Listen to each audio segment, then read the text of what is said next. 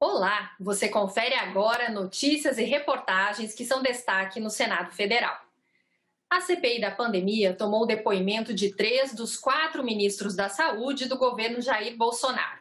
O ex-ministro Eduardo Pazuello também seria ouvido, mas alegou ter tido contato com pessoas que testaram positivo para a Covid-19. E o depoimento dele foi remarcado para 19 de maio.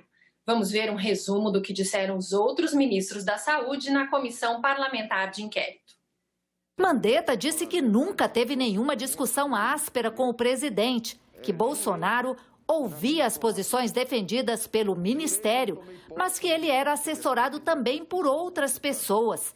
Citou que o presidente duvidava das projeções sobre a pandemia e falou sobre a reunião em que se discutiu a mudança na bula da cloroquina. Havia sobre a mesa, por exemplo, um papel não timbrado de um decreto presidencial para que fosse sugerido daquela reunião que se mudasse a bula da cloroquina na Anvisa, colocando na bula a indicação de cloroquina para coronavírus. E foi, inclusive, o próprio presidente da Anvisa, Barra Torres, que estava lá, que falou isso, não. Perguntado sobre os motivos da sua exoneração do ministério, ele respondeu: o meu compromisso era com o meu paciente chamado Brasil e eu não o deixaria em hipótese alguma, mas também não negociaria os valores, não negociaria a formação que eu tenho. Na quarta-feira, a CPI ouviu o ministro Nelson Teich, que substituiu Henrique Mandetta no Ministério da Saúde. Teich ficou apenas 29 dias no cargo e pediu demissão. A CPI, o oncologista confirmou que saiu porque não tinha autonomia para atuar no enfrentamento à crise sanitária. E principalmente pelas divergências com o presidente Bolsonaro com relação a ampliar o uso da cloroquina. Enquanto minha convicção pessoal, baseada nos estudos que naquele momento não existia evidência de eficácia para liberar, a gente vai falar um pouco sobre isso. Existia um entendimento diferente por parte do presidente, que era amparado na opinião de outros profissionais, até do Conselho Federal de Medicina, que naquele momento autorizou a extensão do uso. E isso aí foi o que motivou a minha saída. Na quinta-feira foi a vez do depoimento do atual ministro da Saúde, Marcelo Queiroga. Ele evitou opinar sobre as posições do presidente da República relacionadas a vacinas, isolamento social e uso de cloroquina. Vossa Excelência compartilha da opinião do presidente da República sobre o tratamento precoce, especialmente sobre o uso da cloroquina para pacientes de Covid-19? Senador, essa é uma questão técnica que tem que ser enfrentada pela Conitec. Eu aqui já me referi acerca dos protocolos clínicos. A Conitec ela virá na sequência. O senhor compartilha esse ponto de vista do presidente? Senador, segundo o decreto-lei que regulamenta a Conitec, eu sou instância final decisória. Então, eu posso ter que dar um posicionamento acerca desse protocolo, de tal sorte que eu gostaria de manter o meu posicionamento final acerca do mérito do protocolo, quando o protocolo foi elaborado. Também não quis se posicionar sobre a fala do presidente de que poderia editar um decreto para proibir estados e municípios de fechar. Eu não tenho que fazer juízo de valor a respeito do decreto. Sim, mas não é um juízo de valor. Eu quero saber se o senhor concorda. Se o senhor quer que eu concorde ou não, o senhor está pedindo que eu faça um juízo de valor. Eu estou querendo saber se o senhor concorda. Ótimo. Se o senhor não concorda, melhor ainda. Eu só quero saber, o senhor concorda ou não concorda? Que o presidente falou comigo acerca desse tema é que ele queria assegurar a liberdade das pessoas. Assegurar a liberdade das pessoas, eu concordo. O senador Tasso Gereissati questionou o ministro sobre as declarações feitas pelo presidente Bolsonaro de que a pandemia poderia fazer parte de uma guerra química promovida pela China. Se não um desserviço, uma declaração desse nível para o esforço que Vossa Excelência está conduzindo para aumentar a importação de IFAs da China? Só isso. Vossa Excelência mesmo disse que o presidente da República não fez menção à China. Não é? Então, eu espero que essas questões das relações entre Brasil e China, elas continuem de maneira positiva e que nós não tenhamos impacto para o nosso programa de imunização. Senadores governistas fizeram perguntas sobre as denúncias de desvios de recursos públicos encaminhados a estados e municípios para combater o coronavírus. Desvio de recursos públicos na aquisição de medicamentos. O senhor acha que isso, se isso tiver ocorrido, isso prejudicou o combate à pandemia no nosso país? Senador, uma excelente pergunta, até porque eu vou reafirmar aqui, a única recomendação que eu recebi do presidente Bolsonaro foi para que eu cuidasse para que os recursos públicos do Ministério da Saúde fossem investidos em políticas públicas capazes de resolver esse cenário pandêmico. E vamos conferir agora o calendário dos próximos depoimentos na CPI da pandemia. O depoimento do diretor-presidente da Agência Nacional de Vigilância Sanitária estava previsto para a última quinta-feira, mas a audiência com o ministro da Saúde, Marcelo Queiroga, se estendeu além do previsto. Para que todos os senadores inscritos pudessem fazer questionamentos ao ministro, a CPI decidiu adiar para a próxima terça-feira o depoimento de Antônio Barra Torres, presidente da Anvisa. Eu acho que nós poderíamos esgotar a audiência aqui com o ministro da Saúde, já poderíamos de antemão comunicar ao presidente da Anvisa que não seria hoje o depoimento dele e poderíamos remarcar para a próxima terça-feira. Eu acho que essas duas audiências por dia vai complicar os nossos trabalhos. Nós temos que rever isso. É impossível, porque a quantidade de senadores que se inscreve, e é 15 minutos para cada senador, é impossível a gente ter duas audiências por dia, por mais que a gente se esforce. No caso do depoimento do ex-secretário de Comunicação, Fábio Weingarten, que ocorrerá na quarta-feira, os senadores esperam esclarecimentos da publicidade da comunicação oficial do governo sobre vários temas, como isolamento social, vacinação e aplicação de medicamentos sem eficácia comprovada. Os senadores aprovaram um projeto de lei que dá prioridade de registro na Anvisa a insumos para a fabricação de vacinas produzidos no Brasil. O texto segue para a Câmara dos Deputados. O projeto determina que os medicamentos que contenham um insumo farmacêutico ativo, o IFA, nacional, sejam registrados na Agência Nacional de Vigilância Sanitária, Anvisa, com prioridade. O projeto em comento pretende fomentar o desenvolvimento da indústria farmacêutica brasileira, tornando-a mais competitiva, tanto no mercado nacional quanto internacional. A importação de IFA também gera impactos na fiscalização sanitária desses produtos, tornando-se necessário que as autoridades sanitárias atuem seguindo protocolos e inspeções mais rigorosas. Apesar de a maioria dos fármacos consumidos no Brasil ser fabricada no território nacional, apenas uma pequena parcela é derivada de IFA produzido aqui. Atualmente, a importação de insumos de IFAs está na ordem de 90%, especialmente da Índia e da China, que representam 40% da produção de insumos para todo o mundo. Não há justificativa para a longa espera da indústria farmacêutica para a aprovação de projetos que determinam a produção de IFAs no nosso país. O projeto tem, portanto, o objetivo de conferir prioridade e, com isso, encurtar prazos e promover celeridade e eficiência. Os senadores também aprovaram a preferência ao atendimento à mulher vítima de violência doméstica no programa Minha Casa Minha Vida, sem custo adicional aos cofres públicos. A prioridade no acesso a programas sociais de moradia é ainda mais relevante diante do cenário que se descortinou desde a apresentação da proposição, tendo a violência doméstica e familiar crescido significativamente no contexto da pandemia de Covid-19. Oferecer saídas para as mulheres agredidas é um alento que está ao nosso alcance. O plenário aprovou ainda a medida provisória que prorroga a vigência do Plano Nacional de Cultura até dezembro de 2022. O atual PNC, formado por princípios, metas e estratégias que orientam políticas públicas culturais, acabaria no fim do ano passado. De acordo com o governo, em razão da pandemia, não foi possível a elaboração de um novo plano.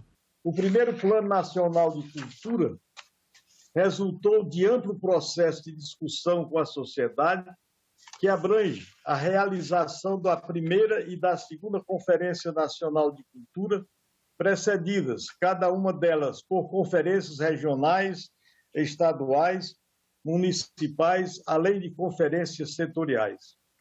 Parece-nos indubitável o mérito de ampliar a vigência do PNC, evitando o surgimento de um vácuo do marco legal e garantindo a previsão constitucional de existência do plano. Na quarta-feira passada, senadores repercutiram a morte do ator e comediante Paulo Gustavo. Vários parlamentares prestaram homenagens ao ator, que morreu aos 42 anos, vítima de Covid.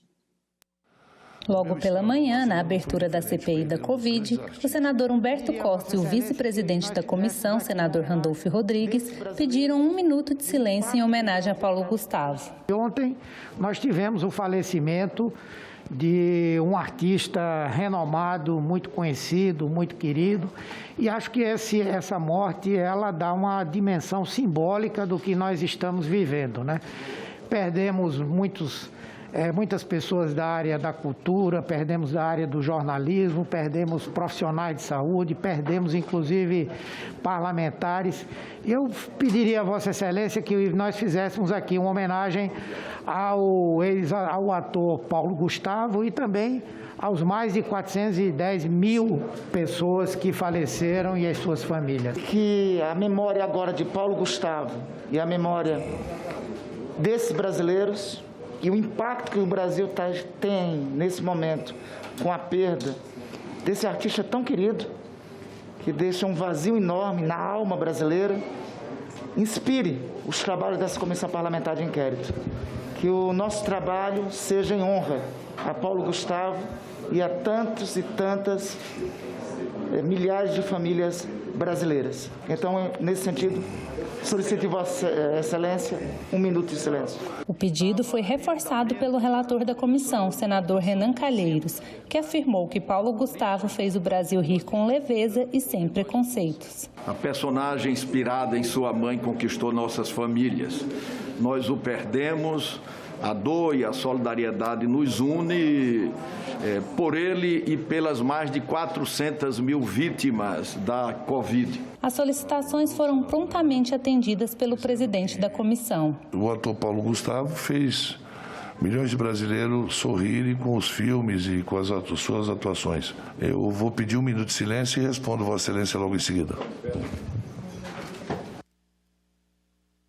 Na parte da tarde, as homenagens continuaram durante a sessão do plenário. Gostaria de, em nome da presidência do Senado, manifestar o nosso pesar à sua família, aos seus amigos, aos seus muitos fãs no Brasil, que viam nele realmente um talento extraordinário e uma simpatia realmente muito singular do ator Paulo Gustavo, que nos deixou. Então fica também esse registro por parte da presidência. Nós temos dificuldade, o povo brasileiro tem dificuldade de sorrir, presidente.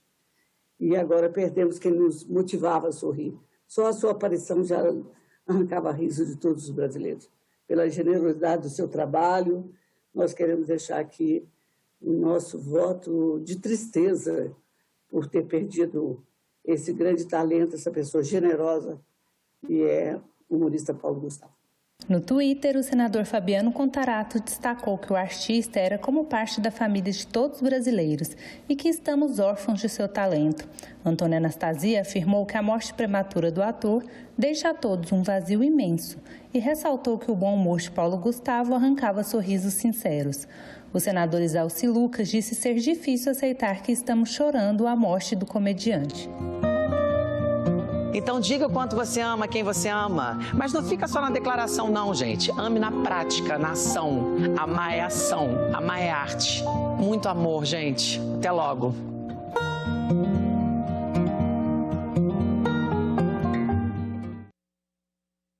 Foi enviado à sanção presidencial um projeto aprovado pelos senadores que aumenta as penas para crimes praticados em meio eletrônico. A invasão de celulares, computadores e tablets pode dar até 4 anos de prisão. A proposta também cria um agravante com pena de prisão de 4 a 8 anos com multa para furto realizado com o uso de aparelhos eletrônicos. A pena pode até dobrar, dependendo do resultado do crime e se for praticado contra idoso ou vulnerável. Também aumenta de 1/3 a 2/3 se foi usado servidor de informática mantido fora do país. A prisão pode ser de 2 a 5 anos, além do pagamento de multa, se o criminoso tiver acesso a comunicações eletrônicas privadas, informações sigilosas, segredos comerciais ou industriais, ou conseguir o controle do dispositivo invadido. O projeto também qualifica o crime de fraude eletrônica no Código Penal. A pena será de prisão de 4 a 8 anos, mais multa, se a fraude for cometida com informações fornecidas pela vítima ou por terceiro induzido a erro pelas redes sociais, contatos telefônicos ou qualquer outro meio semelhante. Esse projeto é de autoria dos senadores Alci Lucas, nasceu inclusive aqui no Senado. Fui relator no primeiro momento, depois foi para a Câmara dos Deputados, onde houve ajustes, encontramos um consenso e organizamos aqui o melhor texto. É um projeto que busca combater a prática de fraude eletrônica e que, inclusive, tem tudo a ver com os momentos que estamos vivendo, né? Um momento em que, durante essa pandemia, os golpes virtuais dispararam em todo o Brasil. Então, nós temos aqui de dados objetivos mais de 60 milhões de brasileiros que já sofreram fraudes apenas pela internet na maneira financeira, fora também os outros tipos de golpes, como, por exemplo, propaganda enganosa, clonagem de cartão de crédito, boletos falsos. Milhões e milhões de brasileiros estão recebendo diariamente golpes pela internet, pelo celular, não é? Principalmente os idosos. As pessoas recebem toda hora uma pesquisa para mandar SMS, para copiar realmente senha, para realmente passar por outra pessoa, pedindo de fato as senhas do banco. Então, eu quero agradecer aos colegas e pedir um apelo ao presidente para que sancione o mais rápido possível. Os senadores também aprovaram a suspensão dos pagamentos do FIES até 31 de dezembro deste ano, por causa dos prejuízos econômicos causados pela pandemia. O projeto segue para a Câmara dos Deputados. Meu nome é Luísa Emanuele, eu sou estudante de medicina do CEUB e o meu sonho só foi possibilitado devido ao FIES, porque eu não teria condições de arcar com a mensalidade de forma integral. Assim como Luísa, muitos outros universitários brasileiros contam com o FIES, Fundo de Financiamento Estudantil, para concluir o ensino superior e seguir na profissão que escolheram. Mas a pandemia de coronavírus, desde o ano passado, afetou a renda de diversas famílias de estudantes. A pandemia trouxe prejuízos financeiros para vários estudantes na educação superior. Muitos deles tiveram que adiar aí o sonho da graduação e a formação na educação superior.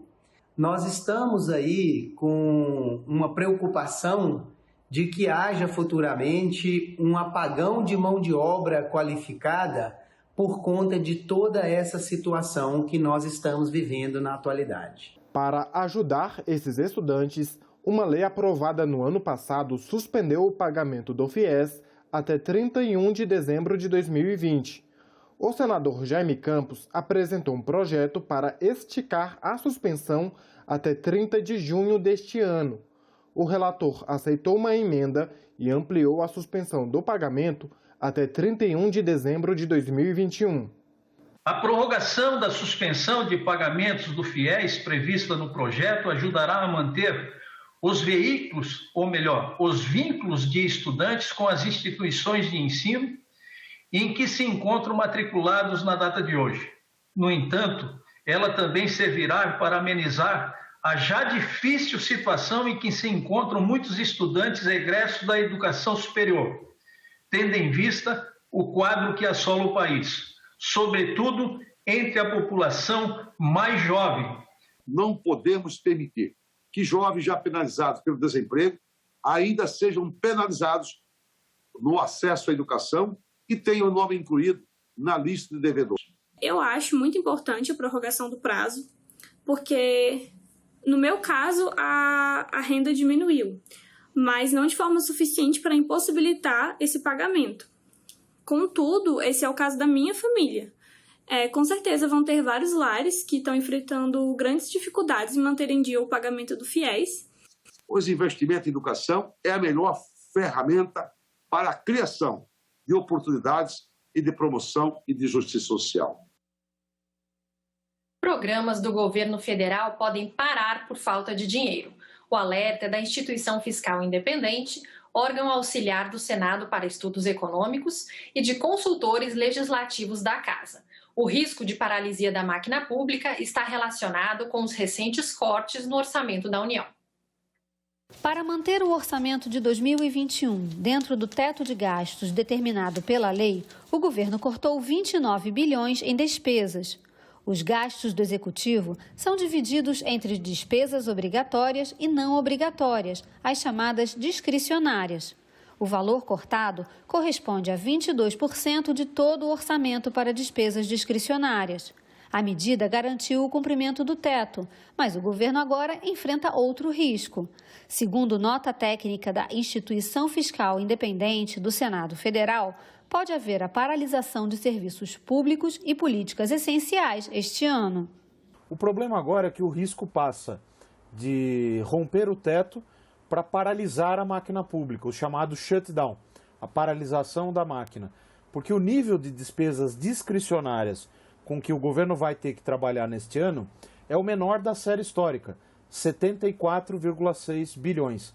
Isso pode levar à paralisação de serviços de educação, de saúde, na área de meio ambiente, na área das relações exteriores. Segundo a IFE, o corte nas despesas discricionárias envolve recursos para ações como o programa Minha Casa Minha Vida, que pode parar.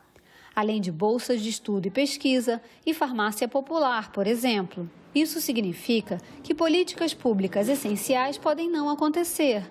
Um exemplo foi a decisão de corte do censo demográfico do IBGE deste ano.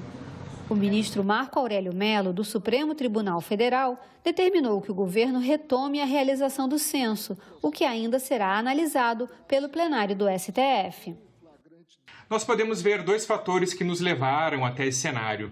O primeiro é a própria regra do teto de gastos, que desde a sua instituição no final de 2016 vem progressivamente comprimindo as despesas públicas. Um segundo fator é o fato de que várias decisões do orçamento de 2021 foram tomadas tendo mais em vista o curto prazo eleitoral do que as necessidades do país. Então, nesse cenário de já grande escassez orçamentária, o conflito cada vez mais acirrado são os serviços públicos e a manutenção dos órgãos federais que podem ficar comprometidos. Aparentemente, nós temos mais duas questões a enfrentar. Primeiro é que o próprio orçamento de 2021 ainda deve ter ajustes, deve precisar passar por novos ajustes para que ele possa evitar a paralisação dos serviços públicos. E o segundo é que se faz cada vez mais urgente uma revisão das regras fiscais vigentes no país para que situações como essa do orçamento 2021 não voltem a se repetir. Segundo o Tesouro Nacional, se o censo for confirmado, outras despesas dos ministérios terão que ser bloqueadas, mas não há risco de shutdown ou de paralisação do Executivo. Então, vai ser fundamental observar daqui para diante essa gestão que será feita com esses recursos escassos que ficaram concentrados nas chamadas despesas discricionárias do Executivo, para que parte grande das emendas parlamentares, incluindo as demandas do Poder Executivo, tivessem sido então preservadas nos vetos e bloqueios anunciados. Qual o impacto da Covid-19 nas unidades de conservação e nas áreas protegidas do planeta depois de mais de um ano de pandemia? O assunto é tema do programa EcoSenado em sua edição de maio. Confira agora algumas informações levantadas pela equipe do programa na coluna Momento Eco.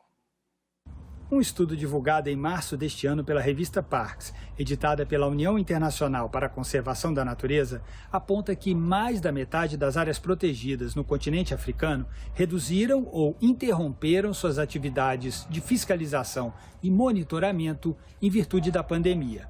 Apenas um exemplo de um dos aspectos ainda pouco conhecidos da Covid-19, o seu impacto na conservação da natureza.